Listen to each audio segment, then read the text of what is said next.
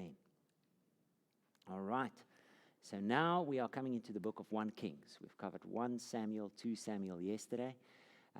David is now an old man, and we're on page 15 in your manual. And now in his old age, it says David was unable to get warm on his bed. He would just be shivering the whole time. And so his attendants graciously made a suggestion. What about woman number 9? Let's look around in the kingdom and let's find a beautiful young lady that will just be able to keep you warm on your bed. And he found the suggestion good, and so they looked around and they found a girl by the name Abishag. And Abishag was interesting, a Shunammite. And every time I read that, I just think about Song of Songs. Eh? The Shunammite. Because this Shunammite is going to become a really interesting character for the changeover of the reign. She's going to be a bit of a political pawn suddenly. And you'll see just now how. So I think this Shunammite might have been that Shunammite that King Solomon wrote about in that song. The little girl that really stole his heart. Don't know how little though. And so it worked, and he could be warmed. But they never had relations with one another. She was just there as a bed warmer, so to say. And at that time, when David was really old, his eldest son now, Adoniah, he made a move for the crown. Because it seems like David, in his old age, suddenly just started to lose touch with what's happening around him. He didn't realize how desperately shaky his kingdom is at the moment, that he really needs to make moves and say, this is the succession plan. This is what's going to happen. And so with him being a bit withdrawn and not hands-on, his eldest son now had an ideal opportunity to make a move for the crown. And so he got 2 guys together with him, Joab and Abiathar. Remember who Abiathar was? He was this young priest that ran away from Nob back then, got to David in the cave, and eventually became his priest, his high priest. And then when he came back into the kingdom, for seemingly political reasons, he then made Zadok the high priest. And it seems like Abiathar had a bit of a grudge. Joab, I'm not surprised to find him over here, because the kingdom is about to change, and he just want to make sure that he's got his foot in the door for the next one. All right? And the 2 of them is then his alliances, which is a pretty strong alliance. And actually, they gathered together, they had a big meeting, and very particular people were not invited to this meeting, and one of them is Solomon and Bathsheba. Because it was clear to everybody that it has been announced before, Solomon will sit on my throne after me. And so Adoniah was declared as king. And again, I say it very Afrikaans. Adoniah, is it? And Nathan actually had to come and shake David up and say, don't you know what's happening? Your son is having this meeting and crowning himself as king. Did you not say that Solomon will sit on your throne afterwards? And Bathsheba came in and said the same thing. Did you not promise me my son Solomon will sit on the throne? And he was shaken out of his stupor and suddenly got a meeting together and said, all right, we have to get the right people in the room to make it official. And those people would be Zadok, the high priest, and then Benaiah, one of his mighty men that always was his bodyguard, but from now on will be Solomon's commander of the army. And with them standing together in the appropriate place at the pillar of the temple, put the crown on his head and declared him king, which suddenly shook the family, but also the rest of the kingdom. There was just another king declaring himself king. What's going to happen to the older brother? But Solomon sent a message graciously and says, if you are found to be worthy, you may live. In other words, I'm not going to take your life, but don't do this again. All right, I'm king in charge. But Solomon is a young boy. And so, with his father passing away, he left him with very clear instructions. And these instructions were actually just to establish the throne. It were just things to say, do this, and the people will know you mean business. And it was very wise of his dad to leave it in his hands. But just after his dad passed away, Adoniah came and made another move. This time he came to his mom. Yeah, we need Solomon, eh? Where's Solomon? There we go. Things are going to move fast today, so we have to be awake. All right. And we're getting lower now to a more human level. Solomon is up. So Adoniah came and actually spoke to Bathsheba and said, listen, would you please speak to your son on my behalf? He will not deny you.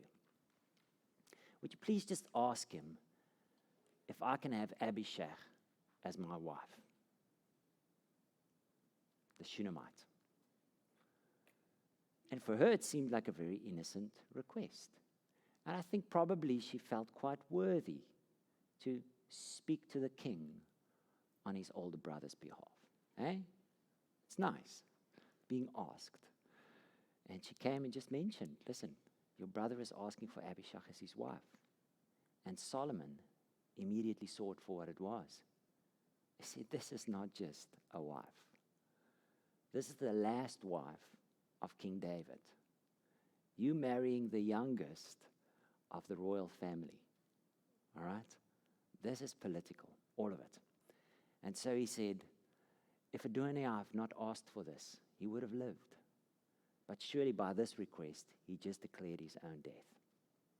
And so he sent off his right-hand man, Benaiah, and said, go take his life. And he was killed. And so followed the rest as well, because he had two conspirators next to him. To Abiathar the priest, he said, you carried the ark of the Lord, you ministered in the holy place, so I will not kill you, but go back home and don't show yourself again. And Abiathar was sent back home. Joab, however, ran and grabbed the horns of the altar in the temple. And in the Old Testament, that was a place of mercy. You grabbed the horns of the altar and you could be given mercy. And that was not the place to cut anybody down, to kill them. So it was sort of like, as long as I can hold, it's a den. As long as I can hold on here, I'll live. And Benaiah came back and said, well, Joab is grabbing the horns of the altar. And he says, all right, if that's where he chooses to die, he will die. Because he killed two men more worthy than himself. Abner, the commander of Saul's army, and Amasa, the commander of David's army. And so on that day, Joab was killed. And again, remember, this was instructions given by David.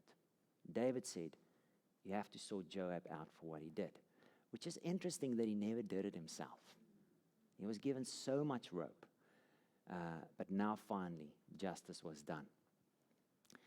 And then interestingly, David also said, you have to go and sort out Shimei for what he did. Remember, he was the guy that on that day that David went out, fleeing for his life from Absalom, he threw down the rocks and kicked dust and called down curses, and then he came back and asked for mercy, and David granted it. But now, before dying, David said to Solomon, justice needs to be done.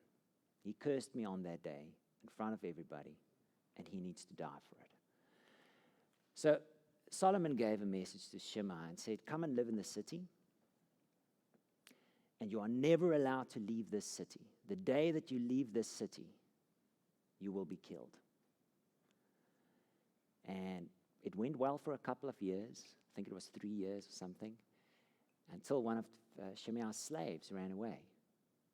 And he packed his donkey and left the city to go and look for his slave. And a message was brought to David, said, Shimei left the city. So he called him back into the chamber and he said, did I not clearly tell you, on the day you leave the city, you will die? And on that day, he was killed. Interesting. Eh? So given grace, say, will you obey me? It's a very clear instruction. Will you honor me as king? Yeah. And so his kingdom was established. The word just says it was firmly established because he carried out the commands of his dad.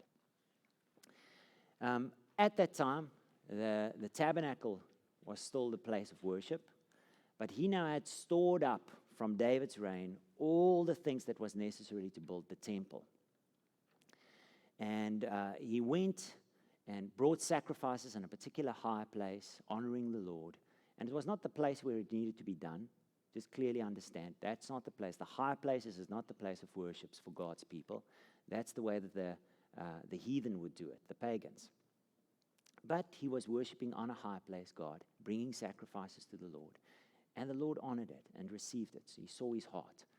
And then came to him in a dream and said to him, Solomon, ask of me whatever you want, and I will give it to you. And then he asked of the Lord, please, Lord, give me wisdom. And the Lord said, because you did not ask me for fame or for the death of your enemies or for riches, I will give you wisdom, but I will also give you all these other things that you did not ask. And so clearly what we're about to see is everything a gift from the Lord. Just lavishly endowing him with riches, with fame, with power, with all of those things, together with the wisdom that he asked. And this is called Solomon's wisdom and folly. Because unfortunately, I think we can easily focus on the wisdom, but not see the incredible destruction that Solomon brought on the kingdom. From here on out, all of the idol worship in the land really comes from Solomon. He's the one that brought all of that into the nation in this really wealthy, golden era of the kingdom. And so he received the wisdom, and there's a couple of stories that sort of just indicate it. One of them is two women staying in the same house, and both of them have children. And it seems like nobody else have really seen the children before, but the two of them know who their kids are. And so there's two women come before the king and said, listen, her child died last night. And when I woke up, the dead child was next to me, and my child was next to her. And the other woman said, no. This is my child. You turned over in your sleep, and your child died. And who do you decide? How do you decide? And so very famously, Solomon said, bring a sword, Benaiah, cut the child in two, and give one half to each. And instantly the one woman said, yeah, let's do that. And the other woman said, not a chance. Please give her the child. Don't kill my child. And that was the indicator. Give the child to that mother. She's the mother. And it says, the nation recognized that he was filled with the Spirit of God because of that kind of wisdom.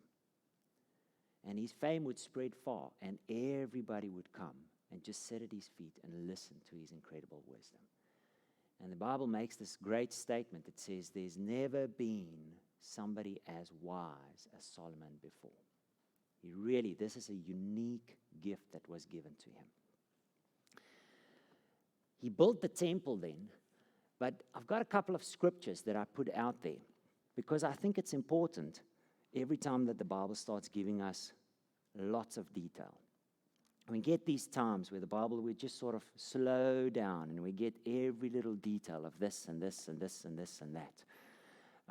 It's a real account. It's the kind of thing I think Davy would be quite comfortable reading through, but many of us would jump over. It's just too much detail. We get in the book of Exodus when the tabernacle is built, and the reason is very clear. They followed God's instruction to the T. Everything that God wanted to be done was done, and everything had meaning. And here again, we get these details of how long it took him with this and this and that, and how lavish and glorious it was. So it tells us that the temple was built. Let me just flip over my pages quickly. It's there 1 Kings from verse 38. In the 11th year in the month of Bul, the 8th month, the temple was finished in all its details according to its specifications. He had spent 7 years building it. If you read through the details, it's incredible. It's lavish. It's wonderful. It took Solomon 13 years, however, to complete the construction of his palace. Now, that should cause us to stand still a moment. What was David's heart? Hiram built him a palace, and he stood in the palace and looked out at the tent and said, "This is not right. Look at my palace, and God's ark is in a tent." And that was his heart. "I want to build you a glorious house, Lord. I want to spread your fame."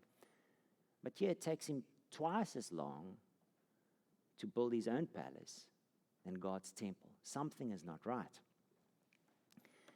He built the throne hall, the hall of justice, where he was to judge, and he covered it with cedar from floor to ceiling, and the palace in which he was to live, set further back, was similar in design. Solomon also made a palace like this hall for Pharaoh's daughter, whom he married. And what just happened? It's just like a by-the-way remark, but it's very significant. What did God say in these instructions? He said, "Appoint over you a king the Lord your God chooses." That was done, right? "He must be from among your fellow Israelites." That's done. "The king, moreover, must not acquire great numbers of horses for himself or make the people return to Egypt to get more." With this alliance with Egypt, Solomon then started a business, and a thriving business, importing chariots and importing horses, both for himself from Egypt specifically, and selling it. He became the dealer, making something of the deals, and he became really, really wealthy. So not only did he go back to Egypt, marry the Pharaoh's daughter, start a horse trade with him to multiply horses in his own land and chariots, but he became the dealer for the rest of the world of it in his fleet ships. "He must not take many wives, or his heart will be led astray." And famously, he broke this one through and through and through and through. Particularly, he did not just marry Israelite women. In fact, we don't know how many Israelites there were that he actually married. He actually went out of his way to make alliances with the kingdoms around him, marrying those kings' daughters so that he could be safe. Everybody likes him because my daughter also stays in that palace. And then we'll see in the next page, for every one of these, he did the favor of building their altars of their gods in his land, so that his wives can be happy worshiping their idols on his soil. And in time, he would worship those idols as well. "He must not accumulate large amounts of silver and gold." He particularly had fleets dedicated to this job, starting mining business in far-off places, and once a year, these fleets will come back with all the gold that they've carried and the silver. In his day, silver was seen as nothing because of the amounts that he accumulated of it. Gold was the only currency that they worked in. And very interestingly, it's the only time of two that we found that number. Every year, he brought 666 talents of gold into the country. So I always read the two together, and then the book of Revelation speaks about that, but you can make up your own mind. It's really, he was worshiping mammon. He was going after it with all of his heart, accumulating as much. Sadly, we'll see when his son comes to the throne, his own people were not thriving. They actually come and beg and says, "Please, your dad taxed us so heavily in his reign." I said, why? Why on earth would he tax his people heavily if he already has so much? But Solomon had building projects all throughout the land, and he started building fortified cities, specifically for his horse keepers and for his charioteers. So he went to the nth degree to break these instructions that God gave to the king. He is to write for himself on a scroll a copy of this law, follow carefully all the words of this law, and not consider himself better than his fellow Israelites. When I read through his story, that rule is also broken. If he still remembered the law of God, he surely did not keep it. So it's really sad that this wonderful, wonderful man who've given us such incredible scriptures has really fluffed it badly, terribly. So normally when we look at his life, most people will agree that Song of Songs is written in his young years, and the book of Proverbs is written all throughout as he grew in wisdom and his sayings were written up. And the book of Ecclesiastics is in his last years. When he's done all of these things, all of his building projects, all of his studying, all of his partying, all of those things that he threw himself at throughout his life. And he goes through it and he says, this was a chasing after wind. That was meaningless. That was worthless. And at the end of the book, landing with, I've missed the mark. I really missed the mark.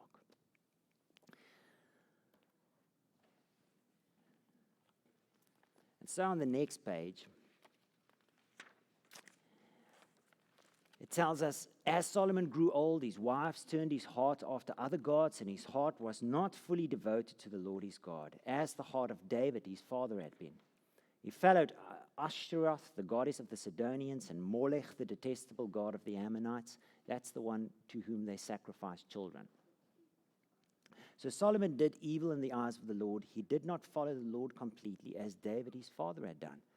On a hill east of Jerusalem, Solomon built a high place for Chemosh, the detestable god of Moab, and for Molech, the detestable god of the Ammonites. He did the same for all his foreign wives, who burnt incense and offered sacrifices to their gods.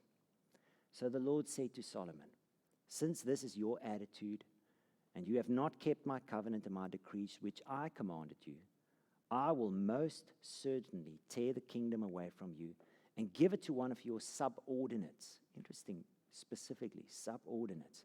Nevertheless, for the sake of David your father, I will not do it during your lifetime. I will tear it out of the hand of your son. Yet I will not tear the whole kingdom from him, but will give him one tribe for the sake of David, my servant, and for the sake of Jerusalem, which I have chosen. And from that time onward, the Lord raised up adversaries against Solomon. And he mentions a few, Hadad and Rezin, but then the story lands with Jeroboam. And Ahiah, a prophet, meets Jeroboam, which was one of the overseers of the building projects of Solomon. And he meets him out in a field alone. And he takes a new cloak that he has, and he tears it into 12 pieces. And he says, here, you take 10. He says, the Lord says he's giving you 10 of the tribes of Israel to reign over. It's like a Saul moment. He did not go looking for it. He did not ask for it. It's just, here you go. It's yours. And then go and read the promise that the Lord gives Jeroboam. The promise sounds very much like the promise he gave to David. It says, if you will serve me, if your heart continues to chase after me, I will always have somebody sitting on your throne after you. Unfortunately, Jeroboam did not do that. And then word came to Solomon about this prophetic word. And even though the prophets already spoke to Solomon clearly and said, this is going to happen, he wanted to kill Jeroboam, and Jeroboam fled for his life. And interestingly, he fled to Egypt. I think, how faithful an ally is Egypt? This is really helpful for Solomon to have married Pharaoh's daughter. It doesn't mean anything. We're going to see time and time again in the prophetic words, actually, in the prophets. Egypt is referred to as a reed for a walking staff. It's not a good walking staff to have because it will crack and it's going to cut your hand when you lean on it. And it's exactly this for Solomon. He started off his first alliance with Egypt, and Egypt is the very person to hide the man that will take 10 of the tribes from him. And then as Solomon passes away and his son comes to the throne, Jeroboam, his son, sorry, not Jeroboam, Rehoboam. The first thing that happens is the nation comes through the elders and say, please, Rehoboam, just lighten the load of the taxes that we've been paying. Putting up a name.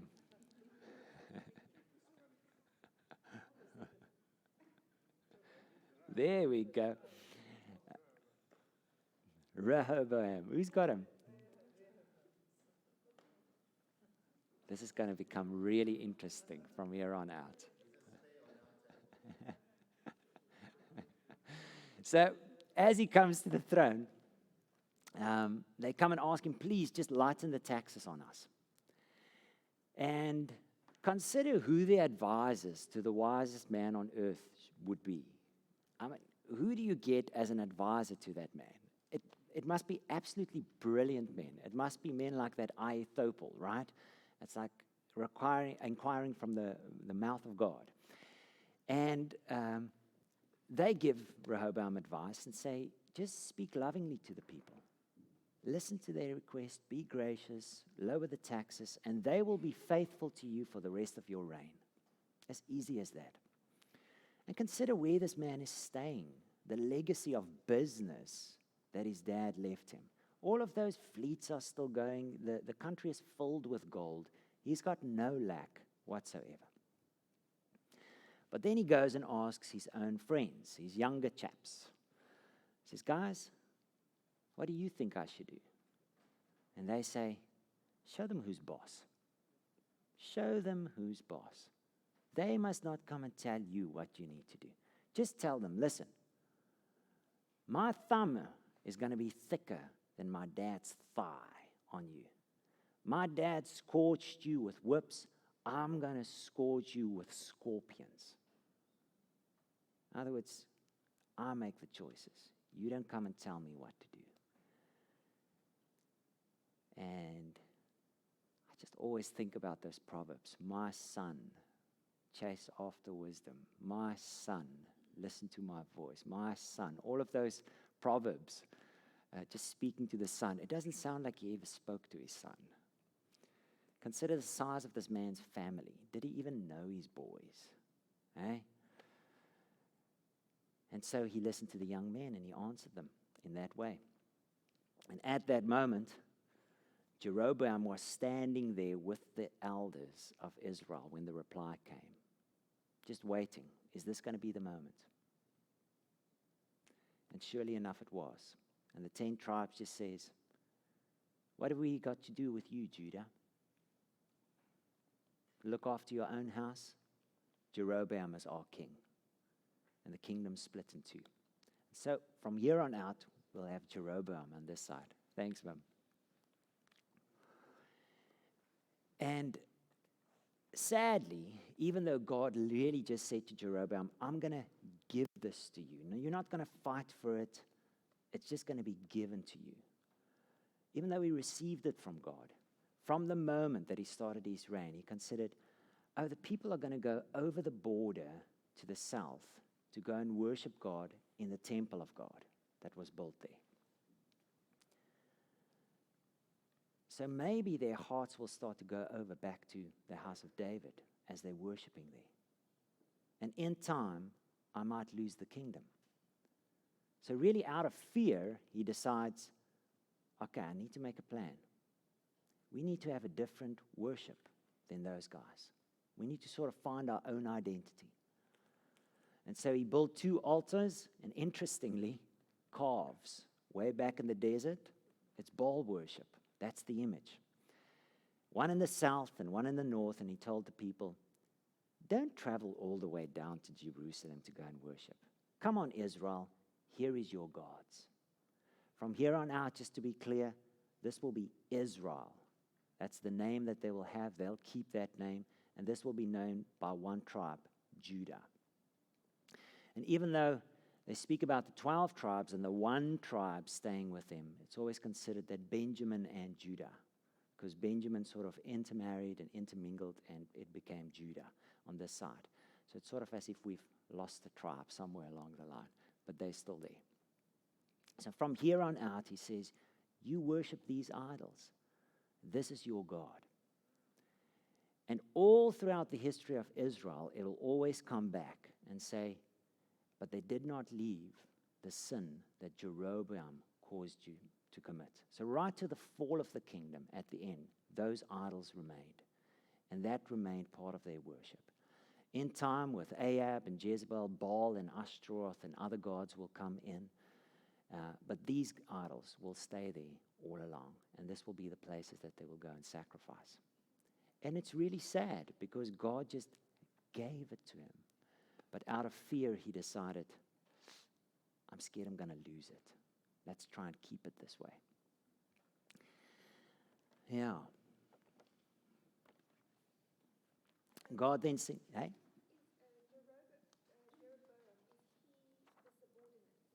He was the subordinate. Yeah, he was one of the officials overseeing some business building projects for Solomon. So he was the subordinate that became the king. And very quickly, God then sent a prophet, and he's just known as the man of God. And while Jeroboam was sacrificing at this altar down at Bethel, which is close to the border of Judah, this man of God came from the south, going to speak to him. And God gave this man of God very clear instruction. He said to him, when you get there, don't eat anything there, and don't return by the same road that you came. So come back home, come straight back home, and don't eat in that place. And he came and he brought the word that the Lord gave him while Jeroboam was standing at this altar. And he says, O altar, the bones of the priests that are sacrificing on you will be burned on you. And this is how you will know that the word spoken right now will come about. This altar that you are sacrificing now on will split in two, and the ashes of the altar will fall down into the crack. And as Jeroboam heard that word, he just pointed to the man and says, seize that man. And suddenly, his arm couldn't come back in. He couldn't move his arm. And he became really frightened, says, what's going on here? And then he pleaded with him. He says, please pray to God that my arm will be healed again, that it will be restored to me. And graciously, the man of God prayed for Jeroboam, and his arm was healed. And at that moment, the altar cracked, and ashes fell down into the crack. Word fulfilled.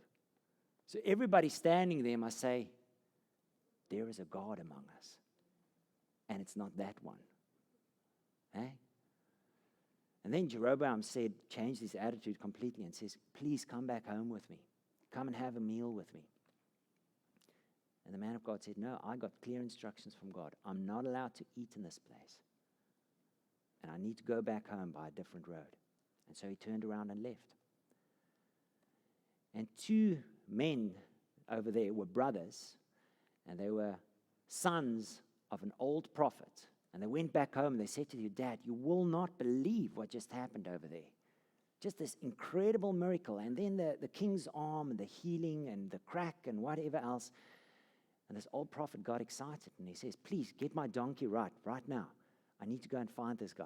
And he went down the road where they said he went down. And there he found him sitting next to the road.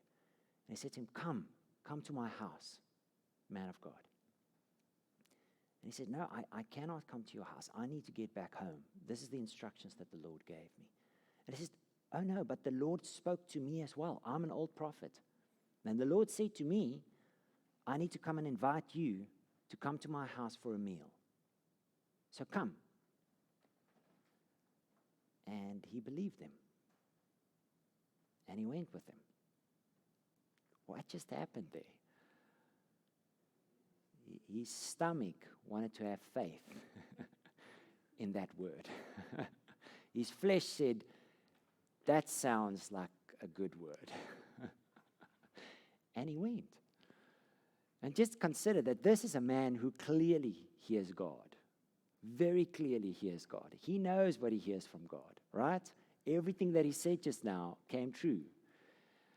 And he went back and he had a meal with a man. And as they're sitting around the table, suddenly this old prophet says, I heard from the Lord right now. You disobeyed him. And because you disobeyed him and came to my house and had this meal with me and did not honor the word that he gave you, you will die. The man of God got up from the meal, climbed on a donkey, probably the old prophet's donkey, and went down the road. And sometime later, visitors came around to the old prophet and said, "This is the strangest thing. Back there in the road, there's a man killed by a lion. And right next to the man stands the lion and the donkey."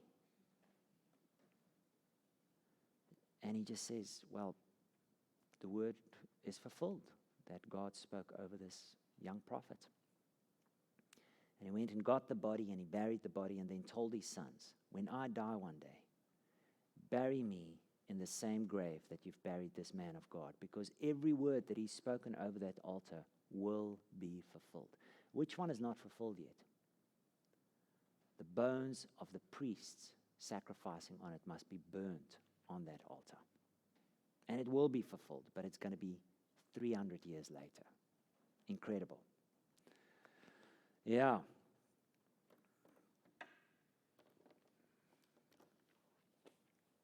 Then, after God gave a clear warning to Jeroboam and said to him, "Listen, Jeroboam, because of the sins that you are causing Israel to commit, no one of your house will be left alive. In other words, your entire family will be annihilated. Your name will be gone out of Israel." Then suddenly his young boy, Abijah, became ill. And he told his wife, "Disguise yourself and go to that prophet Ahiah that gave me the prophecy that these 10 tribes will be given to me." And in disguise, she went to her house, but the Lord spoke to Ahiah and said, "The queen mother is coming to meet you, and this is the word that you need to give her." So even before she came into the house, he knew, and as she entered in, she said, "Why do you come to me in disguise, Jeroboam's wife? The Lord have spoken to me," and he said, "Your son will die the moment that you put your feet into your house back home." Imagine her walking back home. Okay? And this warning prophecy against Jeroboam is reiterated. And he says, the entire family will be wiped away, but the Lord has seen something good in this boy, and that's why he's passing away now. In other words, it's actually grace on this boy that he passes away now, because the rest of the family is going to die horribly. And sure enough, as she walks back home with this message, the moment that she comes onto the threshold of her house, her boy passes away, and the word is fulfilled.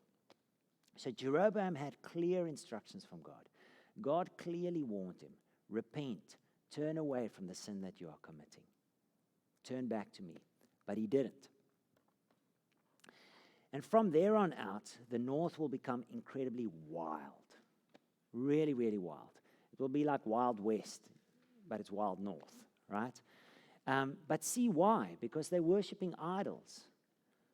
So while in the south, we've got Abijam taking over the reign from his dad, Rehoboam, and then Asa taking over the reign from him for 41 years. It's a long, steady reign.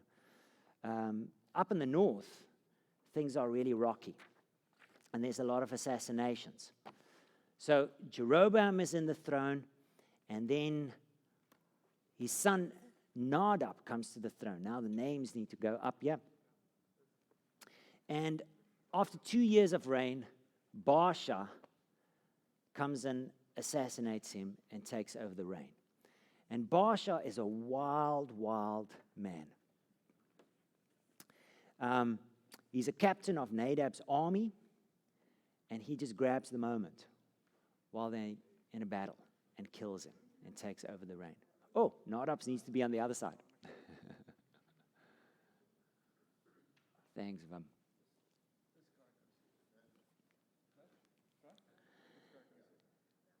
It's Abijam, or Abijah, some of the translations, and then Asa, Peter, you can pop it up here. Asa. No, not Ahab.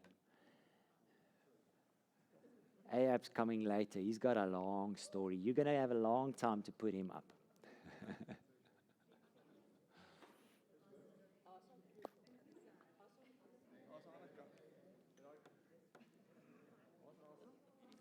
Hierdie kant.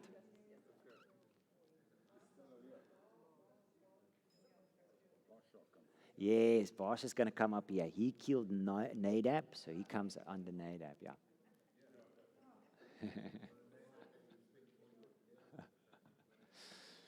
And Baasha then comes and fulfills the word that was spoken by Ahijah over Jeroboam's house. As soon as he killed Nadab and took over the throne, he kills off the entire family of Jeroboam to secure his own reign.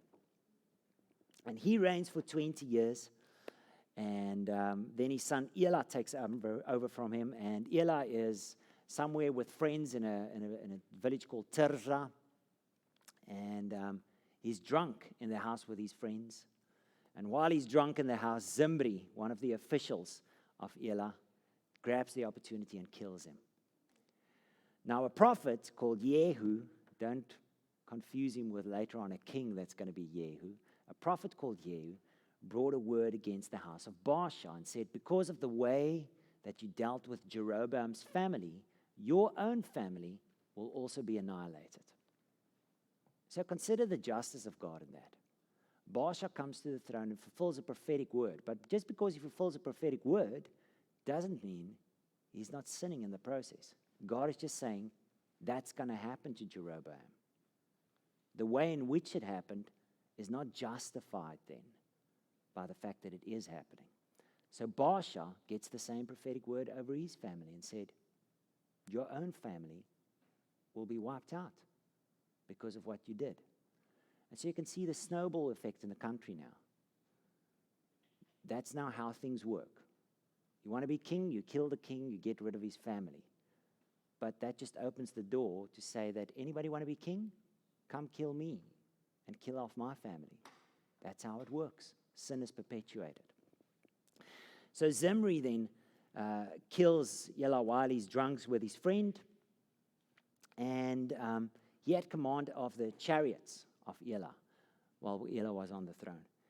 And the moment that the word came to the army that is now under the command of Omri, and they're busy with a battle, the army just shouts out, no, Zimri is not our king. Omri is going to be our king. The commander of our army will become a king.